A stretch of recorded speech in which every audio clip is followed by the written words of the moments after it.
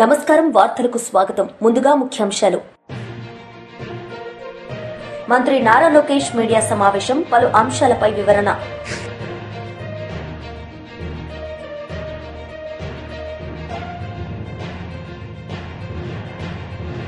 మాజీ మంత్రి కేటీఆర్ మీడియా సమావేశం, సీఎం రేవంత్ రెడ్డిపై ఫైర్.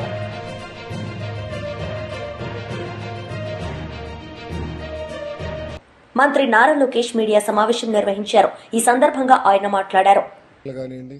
భూగర్భ డ్రైనేజ్, భూగర్భ వాటర్, భూగర్భ గ్యాస్, భూగర్భ విద్యుత్ కూడా అందజేసడానికి ప్రాజెక్ట్ రెడీ అయింది.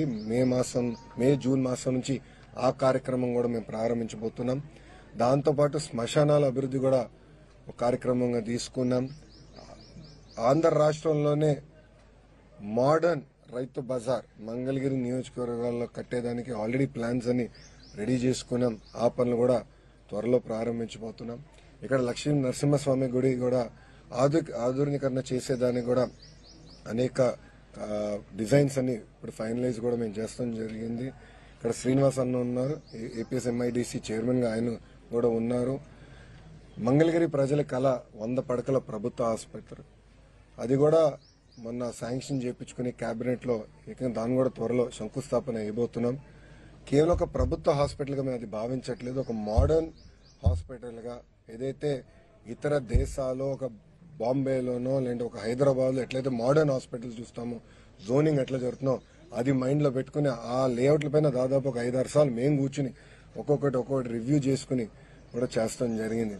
సో ఇట్లా సుమారుగా ఒక 50 కార్యక్రమాలు, అంటే అభివృద్ధి కార్యక్రమాలు ఎన్డీఏ ప్రభుత్వం ఇక్కడ మంగళగిరి నియోజకవర్గం కోసం ప్రత్యేకంగా చేస్తాం జరుగుతుంది. ఇది కేవలం ప్రభుత్వ నిధులపైనే కాదు, సిఎస్ఆర్ నిధులు అవచ్చు, లేదంటే లోకల్గా ఉన్న దాతలతో కావచ్చు, వాళ్ళందరితో చర్చించి మాట్లాడిన తర్వాతనే మేము నిర్ణయం తీసుకుంటున్నాం. మంగళగిరి అంటే చేనేత, చేనేత అంటే మంగళగిరి. కానీ ఒక వాస్తవం మనం అందరం ఆడుకోవాలి ఏంటంటే మగ్గాలు తగ్గిపోయినాయి, దానికి చెక్ పెట్టాలి. మగ్గాలు పెంచాలంటే ట్రైనింగ్ కావాలి, డిజైనింగ్ జరగాలి, లేటెస్ట్ టెక్నాలజీకి వెళ్ళాలి అనే లక్ష్యంతో మన చేనేత సోదరులకి ఇక్కడ ఒక common facility centre, designing, printing, intricate work చేసేదాన్ని కూడా దానికి కూడా వాళ్ళ భూమి అవసరం ఉంటే అది ఎండోమెంట్ భూమి అవుతే వాళ్ళని రిక్వెస్ట్ చేసి లీజుకు తీసుకుని కేంద్ర ప్రభుత్వ సహకారంతో అది ఏర్పాటు చేస్తున్నాం. ఇక్కడ మాకు స్వర్ణకారులు కూడా ఎక్కువ శాతం మంది ఉన్నారు, వాళ్ళ కోసం ప్రత్యేకంగా జెమ్స్ అండ్ జ్యువెలరీ పార్క్ కోసం డిజైన్ చేస్తున్నాం. అంటే డిజైనింగ్ కానివ్వండి, మ్యానుఫ్యాక్చరింగ్, రీటైలింగ్, ఈ మూడు ఒక 75 ఎకరాలు ఇంటిగ్రేటెడ్ పార్క్ కింద చేయాల లక్ష్యంతో, అక్కడ ఎక్కువ శాతం స్థానికులకు అవకాశం కల్పించాల లక్ష్యంతో ఎన్డీఏ ప్రభుత్వం పనిచేస్తుందని మంగళగిరి ప్రజలందరికీ తెలుపుకుంటూ, నా పైన మీరందరూ ఒక పవిత్రమైన బాధ్యత పెట్టారు. ఆ బాధ్యతతో నేను పనిచేస్తున్నాను. ఎన్నికలప్పుడు ఒక పక్కన బాబు సూపర్ 6 కానివ్వండి, దాంతోపాటు లోకల్గా నేను వ్యక్తిగతంగా ఇచ్చిన హామీలు కూడా నిలబెట్టుకునే ప్రక్రియలో ఉన్నాను. పనులు చేసుకుంటా వెళ్తున్నాం. నా లక్ష్యం ఒకటే, ఆంధ్ర రాష్ట్రంలో అన్ని రంగాల్లో మంగళగిరి నంబర్ 1 నిలబడాలి. ఒక పక్క వ్యాపార రీత్యా కానివ్వండి, పేదరికం నిర్మూలన కానివ్వండి, సోషల్ ఇన్ఫ్రాస్ట్రక్చర్ కానీ, హార్డ్ ఇన్ఫ్రాస్ట్రక్చర్ కానీ అన్ని రంగాల్లో మంగళగిరి అగ్రస్థానాల్లో ఉండాల లక్ష్యంతో ఒక శాసనసభ్యుడిగా నేను ఇక్కడ పనిచేస్తాం జరుగుతుంది. గౌరవ ముఖ్యమంత్రి గారిని ఒకటే చెప్పా, ఎట్లయితే ఒక కుప్పం, ఒక హిందూపూర్ తెలుగుదేశం పార్టీ కంచుకోటగా ఉంటుందో, మంగళగిరి అట్లా తెలుగుదేశం పార్టీ కంచుకోటగా తీర్చిదిద్దే బాధ్యత ఒక కార్యకర్తగా నేను తీసుకుంటానని గౌరవ ముఖ్యమంత్రి గారికి నేను గతంలో హామీ ఇచ్చాను. ఆ దిశగా అహర్నిశలు నేను కష్టపడి మంగళగిరి ప్రజలు కలుస్తున్నా, వాళ్ళకున్న సమస్యలు పరిష్కరిస్తున్నా. ముందు ఇంకా ఎక్కువ పనులు కూడా చేస్తాం. ఇక్కడ మీరందరూ కూడా ఒకటి ఆలోచించాలి. దశాబ్దాలుగా పట్టాలు కావాలి మాకని ప్రజల కోరిక. కూటమి ప్రభుత్వం వచ్చిన మొదటి 10 నెలల్లో మేము ఇచ్చిన హామీ నిలబెట్టుకున్నాం. అది మాకున్న చిత్తశుద్ధి. రాష్ట్రం మంగళగిరి కోసం మొదలైన ప్రక్రియ ఈరోజు ఆంధ్ర రాష్ట్రంలో ఉన్న అందరికీ పనికొచ్చే విధంగా అయింది. సుమారుగా మొదటి విడతలో 8,000 మంది అప్లై చేస్తే దాంట్లో 4,200 మంది ఒక మంగళగిరి నియోజకవర్గంలో అప్లై చేశారు. రేపటి నుంచి సుమారుగా 6 రోజుల పాటు ప్రతి కుటుంబాన్ని నేను కలుస్తున్నా. ఏదైతే నేను హామీ ఇచ్చానో బట్టలు పెట్టి పసుపు కుంకాలతో నేను పట్టా ఇస్తాను, హామీ నిలబెట్టుకునే ప్రక్రియ రేపటి నుంచి ప్రారంభమవుతుంది. అది చూసి ఆంధ్ర రాష్ట్రంలో ఉన్న 164 తెలుగుదేశం, జనసేన, భారతీయ జనతా పార్టీ శాసనసభ్యులపైన ఒత్తిడి పెరుగుతుందని భావిస్తున్నా. తప్పనిసరి మాజీ మంత్రి కేటీఆర్ మీడియా సమావేశం నిర్వహించారు. ఈ సందర్భంగా ఆయన మాట్లాడారు. హైదరాబాద్ నగర ప్రజల తరపున హృదయపూర్వకంగా వారికి సల్యూట్ చేస్తూ, ఎందుకంటే అసామాన్య ప్రతిఘటన, గొప్ప పోరాట పటిమ, ఒక తెలంగాణ ఉద్యమంలో ఆనాడు ఒక ఉస్మానియాలో, ఒక కాకతీయ యూనివర్సిటీలో, ఒక మహాత్మా గాంధీ యూనివర్సిటీలో, పాలమూరు యూనివర్సిటీలో, శాతవాహన యూనివర్సిటీలో ఎట్లాంటి పోరాటాన్ని అయితే ఆనాడు చూసినామో అంతకు ధీటుగా ఈరోజు రాష్ట్ర ప్రభుత్వాన్ని సవాల్ చేస్తూ ఈ పోరాటంలో వీరోచితంగా ముందున నడుస్తున్న మా తమ్ముళ్ళకి, చెల్లెళ్ళకి హృదయపూర్వకంగా తెలంగాణ ప్రజల తరపున వారికి సల్యూట్, వారికి నా ధన్యవాదాలు కూడా చెప్తా ఉన్నాను. 10 రోజులుగా ఇంత పెద్ద పోరాటం జరుగుతుంటే సహజంగా ప్రజాస్వామిక లక్షణాలున్న ప్రభుత్వం అయితే వారిని పిలవాలి, మాట్లాడాలి, వారి ఆందోళనలను విరమింపజేసే ఆలోచన చేయాలి.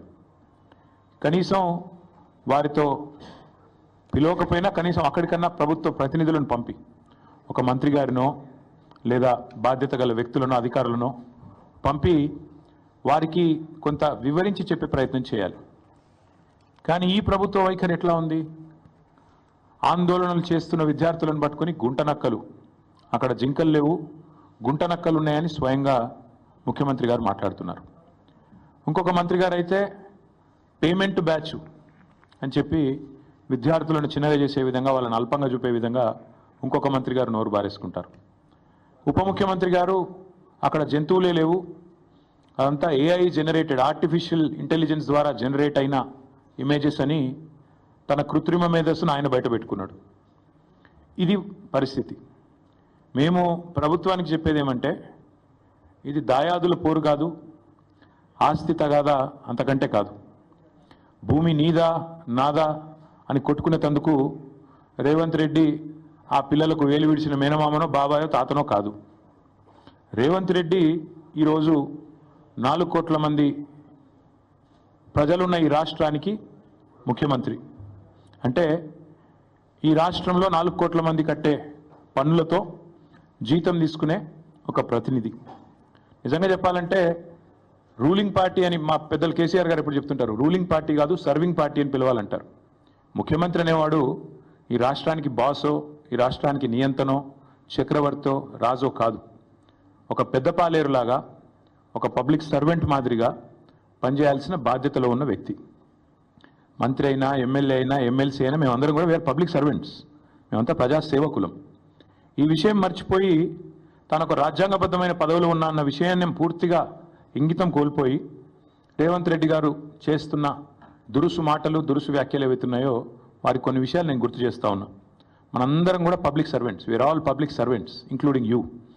ఇదేం పటేల్ పట్వారి వ్యవస్థ కాదు, ఇది నియంతృత్వం కాదు. ఇక్కడ ఎవరు రాజులు లేరు, చక్రవర్తులు లేరు. నువ్వు ప్రజల చేత ఎన్నుకోబడ్డ ఒక ఎమ్మెల్యే మాత్రమే.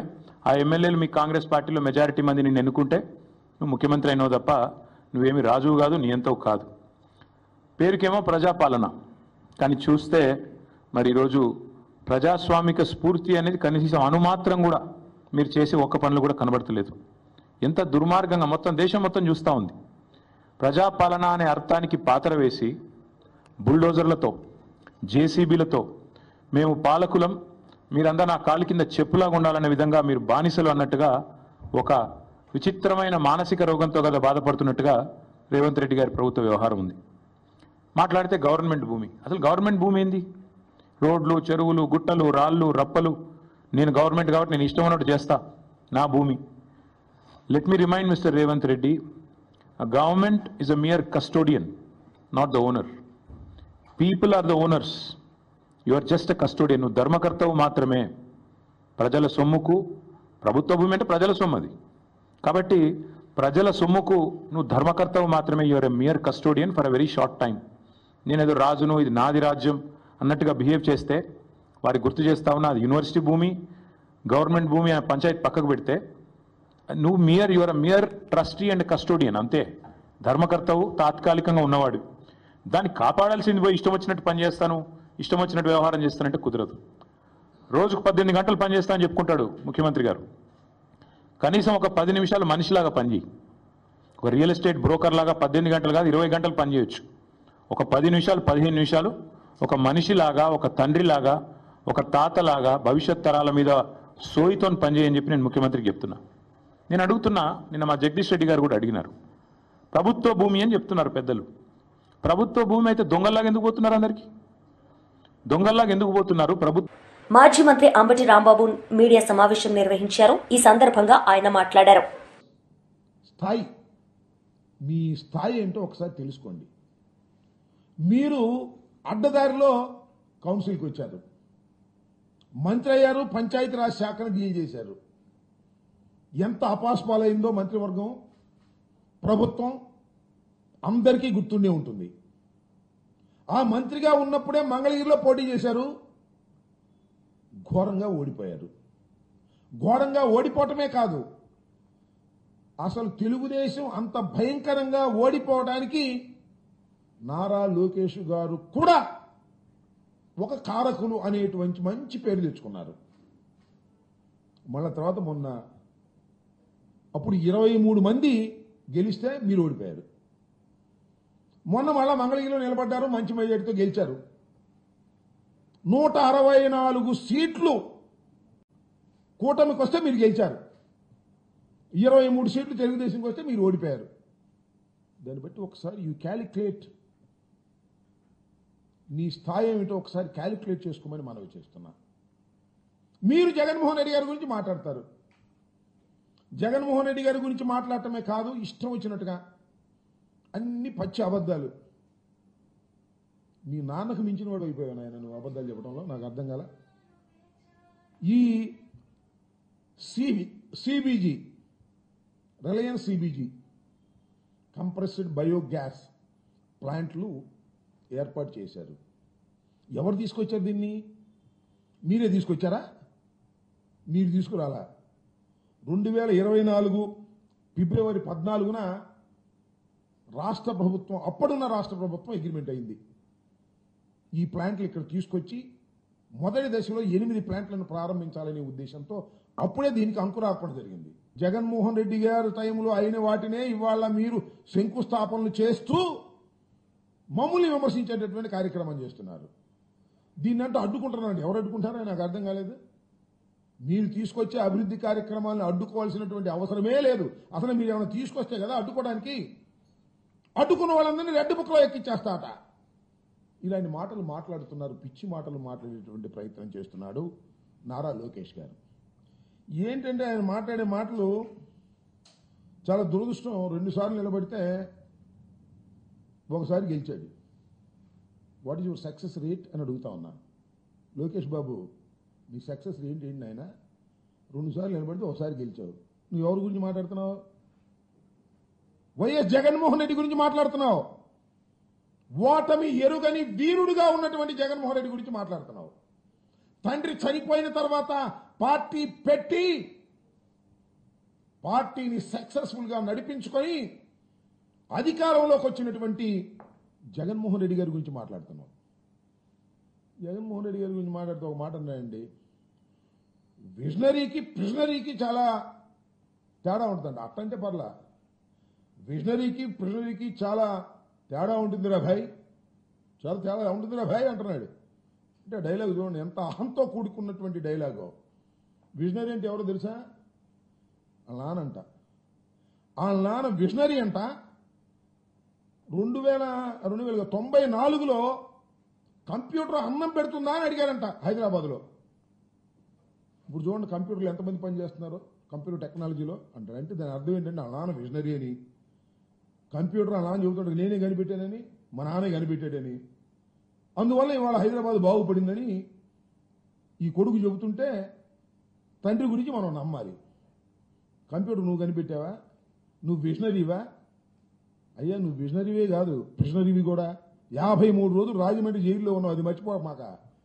జగన్మోహన్ రెడ్డి గారిని ప్రిజనరీ అని, మీ నాన్న విజనరీ అని మాట్లాడుతున్నావు. మీ నాన్న పూడుకోవటం, జగన్మోహన్ రెడ్డి గారిని దూషించేటటువంటి కార్యక్రమం చేయటం చూస్తుంటే కోతి కొబ్బరికాయ తిరిగినట్టుంది, అంతకు మించి ఏమీ లేదు. కింద వేసుకోవడం, పైన వేసుకోవడం, కొట్టుకోవడం.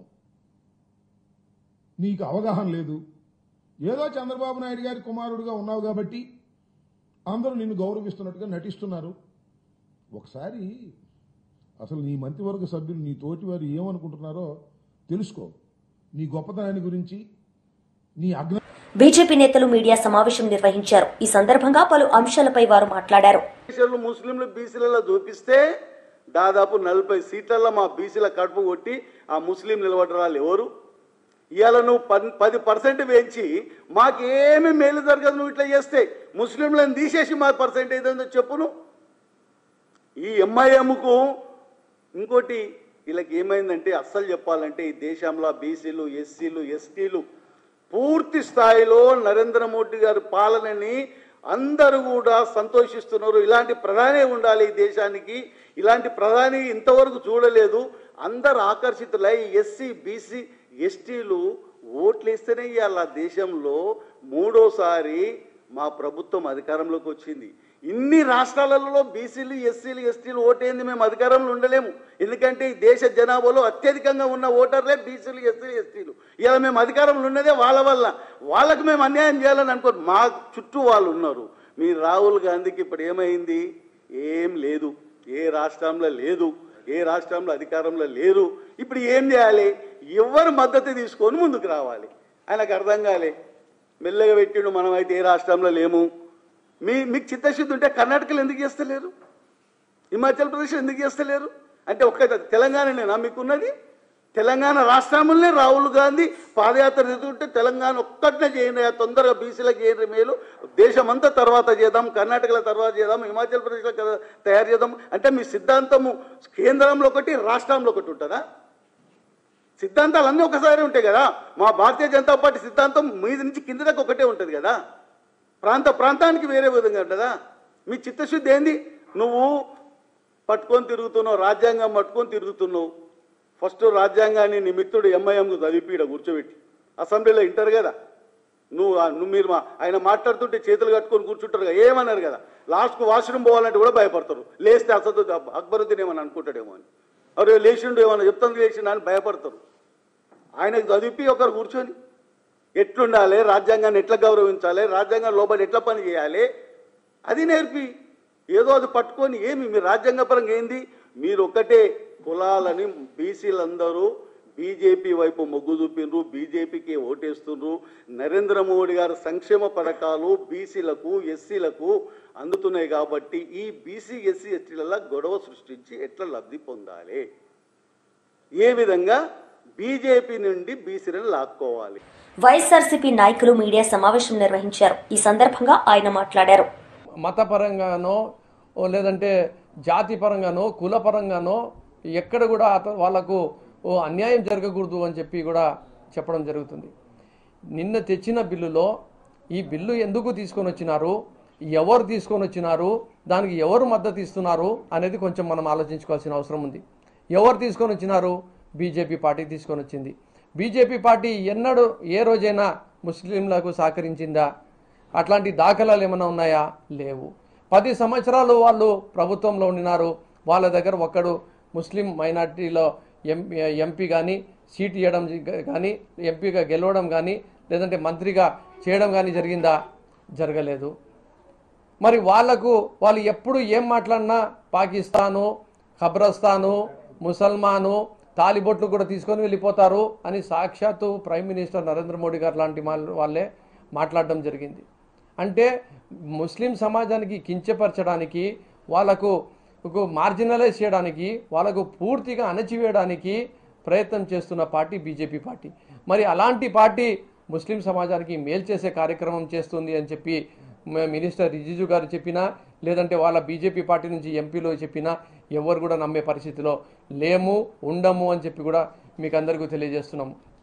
అలాగే ఈ బిల్లు కోసము 288 మంది ఓట్లు వేస్తే 232 మంది అగెన్స్ట్గా ఓటు వేయడం జరిగింది. ఈరోజు వాళ్ళకు సంఖ్యాబలం ఉంది ఎన్డీఏ ప్రభుత్వానికి. కాబట్టి ముస్లిం సమాజానికి వాళ్ళ జాయింట్ పార్లమెంటరీ కమిటీలో కూడా అపోజిషన్ పార్టీలు ఉండని, సంఘాలు, ముస్లిం సంఘాలు ఉండని, వాళ్ళు చెప్పిన అమెండ్మెంట్స్ని అందరినీ కూడా బేఖాతరు చేసి వాళ్ళు ఈరోజు బిల్లుని పాస్ చేయడం జరిగింది. ఆల్ ఇండియా ముస్లిం పర్సనల్ లా బోర్డు ఉండని, జమియతే ఉలమా ఉండని, జమాతే ఇస్లామీ హింద్ ఉండని, ఇలా సున్నతుల్ జమాత్ ఉండని, ఏ జమాత్ అయినా దేశవ్యాప్తంగా అందరూ చెప్పిన ఒకటే ఒక మాట, ఈ బిల్లు వల్ల మీరు మమ్మల్ని కించపరిచే విధంగా, ఇబ్బంది పెట్టే విధంగా, గొడవలు సృష్టించే విధంగా, కావాల్సుకొని ఉద్దేశపూర్వకంగా రెచ్చగొట్టే విధంగా, హిందువుల్లో ముస్లిమ్స్లో తగాదాలు పెట్టే విధంగా ఈ బిల్లుని తీసుకొని వస్తున్నారు. మీరు ఢిల్లీ నుంచి గల్లీ వరకు ప్రతి చోట కూడా మస్జిద్, మందిర్ అని చెప్పి తగాదాలు చేయడానికే ఈ బిల్లు తీసుకొని రావడం జరిగింది అని చెప్పి కూడా వాళ్ళు క్లారిటీగా చెప్పడం జరిగింది జాయింట్ పార్లమెంటరీ కమిటీలో. మొత్తుకొని చెప్పినా వాళ్ళు ఏం లెక్క చేయలేదు. వాళ్ళు ఏం వార్తలు ముగించే ముందు ముఖ్యాంశాలు మరోసారి. మంత్రి నారా లోకేష్ మీడియా సమావేశం, పలు అంశాలపై వివరణ.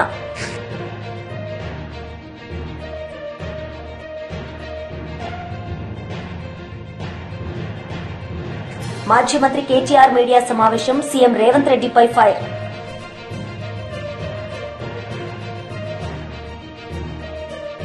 ఈ వార్తలు ఇంతటితో సమాప్తం. తిరిగి ప్రసారమయ్యే వార్తల్లో మళ్లీ కలుద్దాం. అంతవరకు సెలవు. నమస్తే.